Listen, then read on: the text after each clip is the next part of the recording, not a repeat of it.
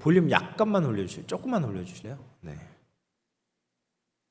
요즘 이제 에어컨을 틀다 보니까 이제 냉방병 때문에 자꾸 기침이 나가지고 소리가 잘 안 나서요. 네, 약간 키우도록 하겠습니다. 저희가 지난주 금요일에 로마서를 함께 보았습니다. 네, 그래서 사도 바울이 약간 또 울리네. 네.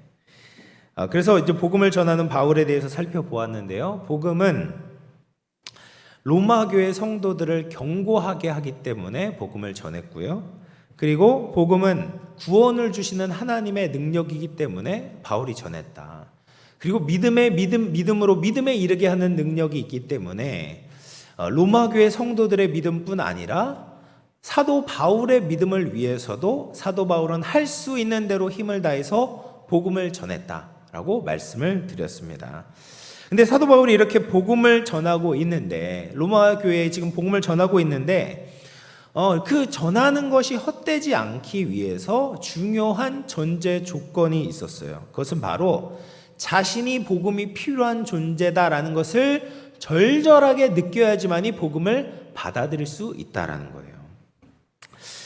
지난 이제 수요일에 김지원 목사님께서 치과 가기를 정말 싫어한다, 이 설교 중간에 그 말씀을 하셨는데, 물론 뭐 치과 좋아하는 사람이 누가 있겠습니까? 저도 이제 치과 가는 걸 좋아하지 않아서 생겼던 어리석은 일이 하나 있었습니다. 제가 미국에서 돌아와서 몇 년 전에 치과 진료를 받게 되었는데, 제 어금니에 이제 임플란트를 해야 된다라는 거예요. 그런데 그 어금니에 이미 이제 크라운을 씌워놨거든요. 씌워놨었어요. 그러니까 겉보기에는 멀쩡한 겁니다. 그리고 제가 이제 음식을 씹는 데는 별로 어려움이 없었거든요. 씹고 뜯고 맛보고 즐기고 다 할 수가 있었어요. 그래서 이건 뭔가 이 치과 선생님이 잘못된 거다, 난 다른 치과에 가가지고 한번 진료를 보겠다 라고 하고서 이제 시간이 지났습니다. 한 1년 정도 시간이 지났어요. 그리고 나서 어떤 사람의 이제 추천을 받아서 그 이제 치과 선생님은 치아를 될 수 있는 한 안 뽑는 선생님이다, 그런 선생님이 서울에 있다라는 얘기를 듣고 제가 고양시에서 이제 서울로 와서 치과 진료를 본 겁니다. 그랬는데 진단 결과가 이제 똑같았던 거죠. 임플란트를 해야 된다라고 말씀을 하셔가지고 하다가 이제 임플란트를 해야 되는구나 이 생각만 하고, 여전히 또 크라운이 씌워져 있으니까 별로 이상이 없는 것처럼 보이잖아요. 그래서 또 이제 1년이 지나갔습니다. 그러고 나서 이제 치과를 가게 됐는데, 뭐라고 이야기를 하냐면 이제 치아의 뿌리가 지금 삭고 있습니다. 그래서 빨리 뽑아야 됩니다. 그래서 그때 이제 긴급하게 또 뽑게 되고, 그리고 신경 치료를 받아야만 하고, 그래서 이제 임플란트를 하는데 애를 먹었던 경험이 있었습니다. 제가 처음에 의사의 조언을 있는 그대로 받아들였다면 신경 치료를 받지 않고 건강한 잇몸으로 임플란트를 할 수 있었을 것이죠. 그런데 제가 느끼기에 괜찮은 것 같았거든요. 큰 불편이 없었습니다. 그렇게 지내다가 보니까 병을 키우게 되었고 상황은 더 악화되었던 것이죠. 그래서 하나님은 우리 인간이 복음을 받아들이기 위해서 인간이 어떤 상태인지에 대해서 계속해서 말씀하시는 거예요. 우리는 하나님의 진단을 있는 그대로 받아들여야 됩니다. 복음 없이 살아가는 것이 겉으로는 괜찮아 보여도 그 속으로는 다 썩고 있으며, 특히 우리 영적인 상황이 얼마나 심각한지에 대해서 하나님이 진단하시는 그대로 받아들여야 되는 거예요. 그것을 깨달을 때 우리는 복음을 들을 준비가 되고 예수님을 영접할 준비가 되는 것이죠. 그래서 바울은 이 복음의 밑작업을 굉장히 탄탄하게 합니다. 로마 교회 안에 있는 이방인과 유대인들을 대상으로 그들이 얼마나 끔찍한 죄인인지에 대해서 하나님의 말씀을 가지고 낱낱이 밝히는 거예요. 그래서 1장을 보면 이방인들의 죄에 대해서 이야기를 하고, 2장에서는 유대인의 죄에 대해서 집중적으로 이야기를 하고, 마지막 3장에서는 인류 전체의 죄에 대해서 이야기를 합니다. 그러면서 우리 모두는 너무나도 끔찍한 죄인이다, 그래서 우리는 복음이 필요하다라는 것을 역설하고 있는 거예요. 그래서 오늘은 이제 이방인의 죄악에 대해서 같이 살펴보도록 하겠습니다. 이제 18절 말씀 보시면 같이 한번 읽어보도록 할게요. 시작.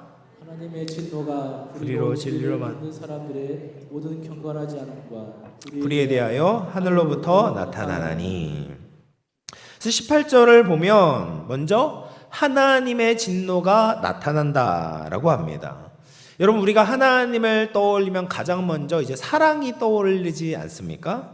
그래서 기독교 신앙을 모르는 사람들도 다 뭐 기독교 하면 사랑을 떠올려요. 그런데 이 사랑과 전혀 어울리지 않는 진노하시는 하나님, 화를 내시는 하나님이라고 이야기를 하니까 거부감을 가진 사람들이 참 많습니다. 이 사랑과 진노가 어울리지가 않거든요. 조화롭지가 않은 겁니다. 그래서 심지어 많은 신학자들도 이 하나님의 진노를 부정하는 사람이 있습니다. 그래서 하나님은 사랑이 많으셔서 죄인을 심판하지 않고 영원한 지옥 형벌도 없는 것이다.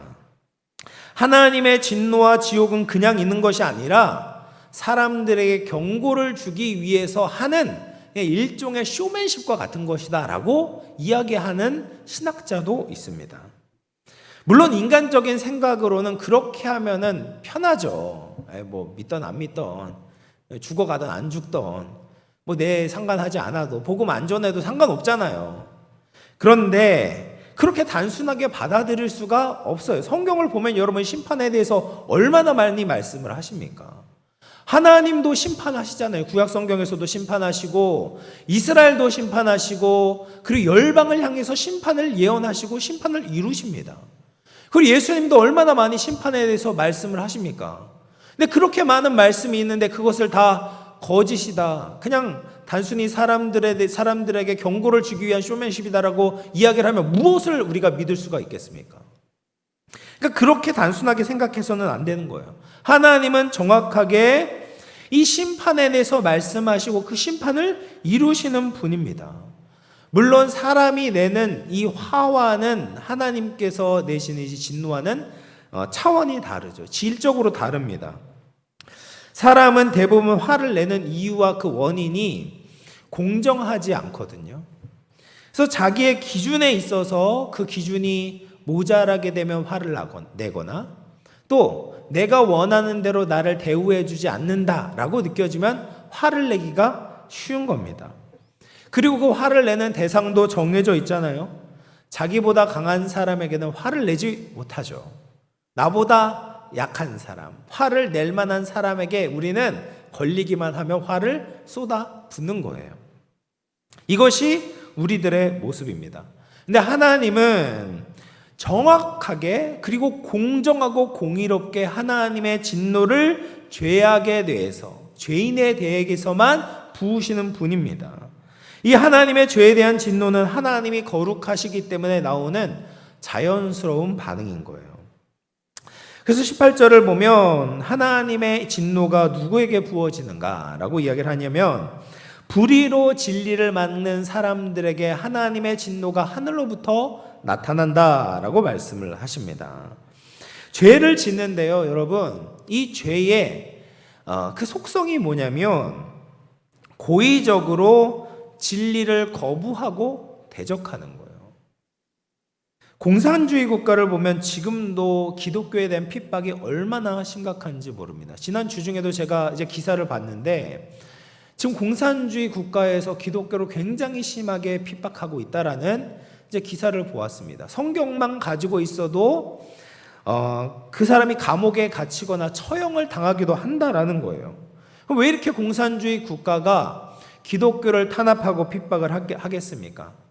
기독교가 특별히 잘못한 것이 없잖아요. 뭘 사람을 죽이기를 하겠습니까? 부도덕한 일을 권장하겠습니까? 그렇지 않은데도 불구하고 그들이 가지고 있는 생각과 다르다는 이유 때문에 기독교를 그렇게 핍박하고 기독교인들을 죽이는 거죠.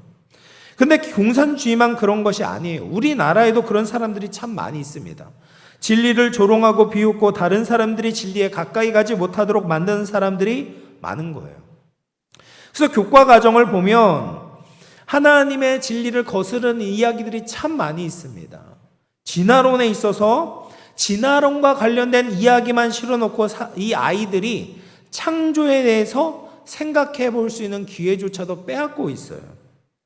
사실이 아닌 가설을 진리인 것처럼 아이들을 현혹해서 믿는 아이들도 하나님의 창조를 믿지 못하도록 만들고 있는 것이 이 세상의 모습이다라는 겁니다.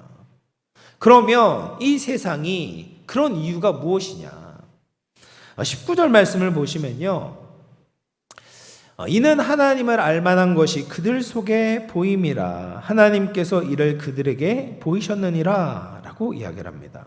여러분, 그들이 그냥 하나님을 몰라서 그런 것이 아니다 라고 이야기를 해요. 하나님을 알만한 것이 그들 안에 있는 겁니다. 여러분, 사람 안에는요, 보통의 사람 안에는 이 양심이라는 것이 있습니다. 그래서 사람이 무엇을 해야 되는지, 무엇을 하지 말아야 되는지 이 양심을 통해서 우리가 어렴풋이 알 수가 있어요. 근데 문제는 뭐냐? 단 한 사람도 자신의 양심을 따라 살아가지 않는다라는 겁니다. 양심이 이야기를 해도, 양심의 거리낌이 있어도 자꾸 그것을 무시하고 내 이익을 위해서, 내 쾌락을 위해서 자꾸 살아가는 거예요. 그러다 보면 양심이 무뎌지게 되고 마비되어 살아가게 되는 겁니다. 그래서 내 안에 하나님을 알만한 것이 있음에도 불구하고 사람들은 하나님을 인정하지 않는다라는 거예요.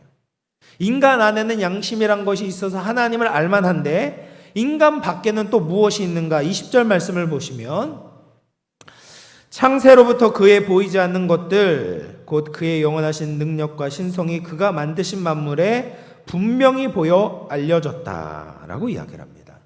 여러분, 이 모든 피조물들은 하나님의 작품이잖아요. 하나님은 작품을 통해서 자신이 어떤 분인지 보여주셨습니다.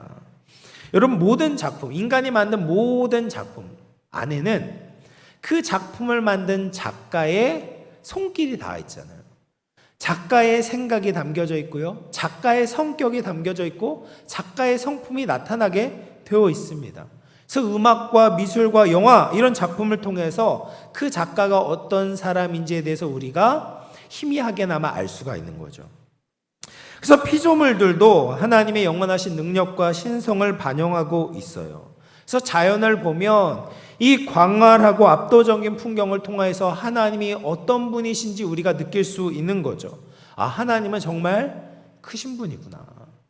하나님은 인간과 비교할 수 없이 광대하신 분이구나. 하나님은 정말 아름다우신 분이구나 라는 것을 우리가 자연을 통해서 확인할 수가 있습니다. 뿐만 아니라 질서 정연한 모습을 보면서 이 우주를 만드신 하나님이 얼마나 신실하신 분인지, 이 하나님의 법칙 안에서 하나님께서 질서 정연하게 이 모든 만물을 다스리고 계시는구나를 우리는 확인할 수 있는 거예요. 이처럼 인간 안에 있는 양심과 인간 밖에 있는 만물을 통해서 하나님을 보여주셨음에도 불구하고 인간은 이 하나님을 거부하는 거예요.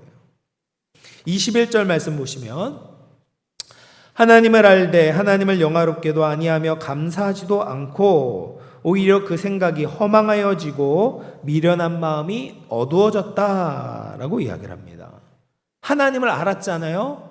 희미하지만 어렴풋이 우리의 양심과 모든 피조물을 통해서 하나님을 알려주셨음에도 불구하고 사람은 어떻게 합니까? 하나님을 영화롭게 않는 거예요. 감사하지 않는 겁니다. 이것이 사람의 가장 큰 문제인 겁니다. 하나님이 자신을 감추셨다고 하면 우리는 핑계댈 수 있겠죠. 그런데 양심과 만물을 통해서 하나님의 존재를 알 수가 있어요. 전 세계에서 신이 없는 나라는 없어요. 모두 다 잘못된 신이긴 하지만 신이 있어요. 예배가 있습니다. 문제는 무엇입니까? 하나님을 예배하지 않는다라는 거예요. 헛된 우상들을 예배하는 겁니다. 하나님의 성품을 찬양하지 않고 하나님이 행하신 일을 높이지 않는 겁니다. 엉뚱한 우상을 섬기고 있다라는 거예요. 그래서 어떤 우상을 섬기고 있는지를 보여주는 것이 23절 말씀입니다. 23절 같이 한번 읽어볼게요. 시작. 썩어지지 아니하는 하나님의 영광을 썩어질 사람과 새와 짐승과 기어다니는 동물 모양의 우상으로 바꾸었느니라. 여러분, 사람들은 하나님이 아닌 우상을 자꾸 예배하고 섬기려고 하는 겁니다. 먼저는 이제 사람을 자꾸 예배해요. 여러분, 사람 중에서도 정말 뛰어난 사람들이 있습니다. 특별히 얼굴이 잘생긴 사람이 있고 또 노래를 잘해서 심금을 울리는 사람이 있습니다. 어떤 사람은 머리가 좋고 기억력이 얼마나 좋은지 몰라요. 저는 기억을 잘 못하는데 기억력이 진짜 옛날에 무슨 일이 있었는지 다 기억하는 사람들이 있어요. 또 어떤 사람은 말을 잘해가지고 이렇게 말을 하는 것만 들어도 참 즐겁고 행복한 사람들이 있습니다. 이렇게 정말 뛰어난 사람들을 보면 이런 사람들을 이렇게 섬기고 싶은 마음이 드는 것 같아요. 요즘 이제 임영웅 가수의 공연 티켓을 얻는 것이 이제 하늘의 별 따기라고 하지 않습니까? 그래서 부모님께 이 임영웅 가수의 공연을 보여드리는 것이 최고의 효도라고 얘기를 합니다. 좋아하는 분들 최고의 효도라고 해요. 임영웅 보면 어떻습니까? 얼굴도 잘생겼죠. 노래도 잘합니다. 그런 공연을 보면 이제 힐링이 되는 거예요. 그런데 임영웅뿐 아니라 모든 가수들이 마찬가지입니다. 그냥 가수의 공연을 보고 즐기는 것까지만 하면은 괜찮은데 그것을 자꾸 지나치고 넘어서는 사람들이 많은 거예요. 자꾸 이제 떠받들려고 하는 겁니다. 그래서 소위 이제 조공이라고 하거든요. 그래서 이 공연을 자꾸 따라다니면서 이 임영웅이 뭐가 필요한 것이 없냐 막 돈을 들이고 막 서포트를 하고 커피차를 보내고 모든 행사마다 이렇게 자꾸 이렇게 하는 사람들이 많이 있다라는 거예요. 그래서 그런 연예인들을 뭐라고 이야기합니까? 이제 아이돌이라고 하잖아요. 아이돌이 뭐예요? 우상이에요, 우상. 그러니까 그냥 사람으로 보는 것이 아니라 마치 우상을 떠받듯이 이제 연예인들을 대하는 사람들이 많다라는 거죠. 여러분, 사람은 다 똑같은 사람입니다. 다 먹고 자고 저와 여러분들과 다르지 않는 거죠. 그들의 가지고 있는 특별한 재능은 모두 다 하나님이 그들에게 허락하신 거예요. 그러니까 그들을 보면서 사람을 숭배하는 것이 아니라 그들을 허락하신 하나님을 바라봐야 되는 거거든요. 사람은 숭배의 대상이 아니라 사랑의 대상인 것이죠. 근데 자꾸 신처럼 섬기고 떠받들려고 하는 것은 하나님께서 기뻐하시는 모습이 아닌 겁니다. 뿐만 아니라 이제 예전에는 이제 새와 짐승들을 섬겼어요. 새는 인간이 가지지 못한 능력이 있잖아요. 새는 날아서 하늘을 자유롭게 돌아다닐 수가 있습니다. 지금이야 우리가 비행기를 타고 날 수 있지만 자유롭게 날고 싶은 인간은 새를 동경했던 거예요. 그래서 이제 새를 예배했던 사람도 있었습니다. 또 짐승들을 섬기기도 했습니다. 주로 이제 힘이 있는 소를 숭상하기도 했는데 인간보다 강한 능력이 있고 도움을 줄 수 있는 동물을 섬기고 숭배했던 이제 이집트도 그랬고요. 그런 데들이 많이 있었다라는 거죠. 또 이제 기어다니는 동물도 섬겼습니다. 대표적으로 이제 뱀을 섬겼던 거죠. 그래서 파라오의 왕관을 보면 뱀 모양의 형상이 있는 거예요. 지금이야 이런 짐승들을 섬기지 않지만 인간은 여전히 나에게 힘을 준다고 생각하는 것, 나에게 돈을 준다고 생각하는 것, 나에게 어떤 지혜를 주고 즐거움을 준다고 생각하는 것들을 자꾸 예배하려고 하는 거예요. 성경은 그런 모습이 허망한 것이고 미련한 마음이 어두워졌다라고 이야기를 합니다. 사람들은 자기가 그렇게 우상을 섬기면서 지혜롭다고 생각을 하지만 그것은 멍청한 짓이다라는 거죠. 우둔한 겁니다. 하나님이 아닌 다른 것을 섬기면서 자신이 잘난 척 알지만 그것은 정말 어리석은 것이다. 지혜가 없으면서도 지혜롭다고 착각하고 있는 것이다 라고 성경은 진단하고 있습니다. 여러분, 우상 숭배가 얼마나 어리석은 일입니까? 제가 우리 집에 이제 가장이잖아요. 제 아내의 남편이고 아이들의 아버지입니다. 가장으로서 받아야 되는 존경과 사랑이 있잖아요. 그런데 저 대신 다른 사람이 와서 남편 노릇을 하고 아버지 노릇을 하고 있다면 화가 나지 않을 사람이 누가 있겠습니까? 그런데 더 화가 나는 것은 뭐예요? 다른 사람이 와서, 다른 남자가 와서 내 자리에 앉아 있는데 가족들이 환영하고 있는 거예요. 나보다 그 사람을 더 쳐다보고 있는 거죠. 나보다 그 사람 때문에 더 기뻐하고 있는 겁니다. 그 상황에서 내가 붕괴하지 않는다면 저는 가족들을 사랑하지 않는 거죠. 우리가 우상 숭배하는 것은 이것보다도 더 기괴하고 말이 안 되는 일인 겁니다. 하나님은 마땅히 예배를 받으셔야 됩니다. 주인으로 인정되셔야 됩니다. 그런데 사람들은 지혜롭다면서도 하나님을 우상 것으로 대신하고 하나님의 진리를 거짓 것으로 바꾸고 있는 거예요.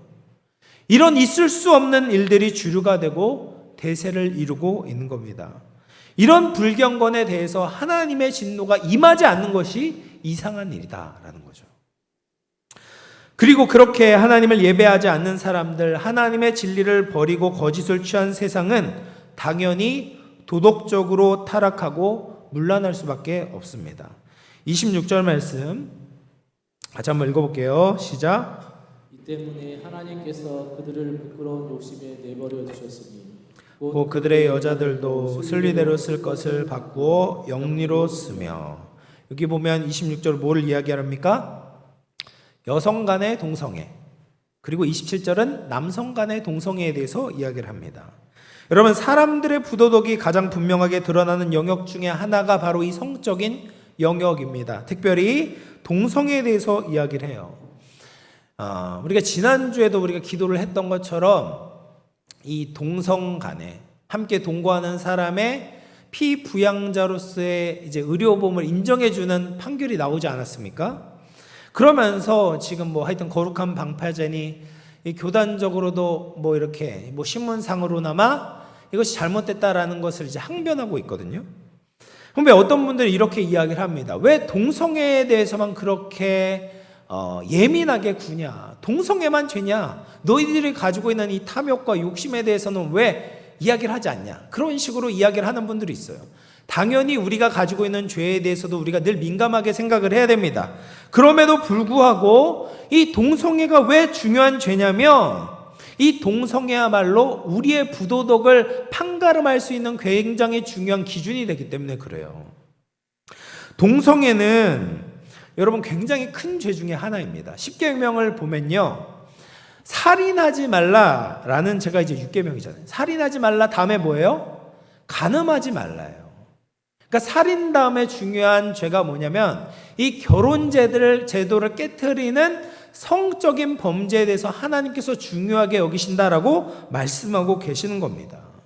동성애는 정상적인 결혼 제도를 거부하는 죄예요. 하나님이 인간에게 가장 먼저 주셨던 문화 명령이 있잖아요. 생육하고 번성하고 땅에 충만해라. 하나님의 형상인 인간으로서 이 세상을 하나님의 뜻대로 다스려라라고 말씀을 하십니다. 하나님의 뜻은요, 늘 생명우호적이고 생명지향적이에요. 하나님의 뜻을 잘 지키면 번성하고 충만하고 생명을 살리게 되어 있어요. 그런데 동성애는 원칙적으로 그렇게 할 수가 없는 거예요. 생명에서 벗어나고 있고 생명을 거슬고 있는 겁니다. 물론 우리가 동성애자들을 미워하고 혐오해야 한다라는 말이 아닙니다. 우리는 그렇게 해서는 안 돼요.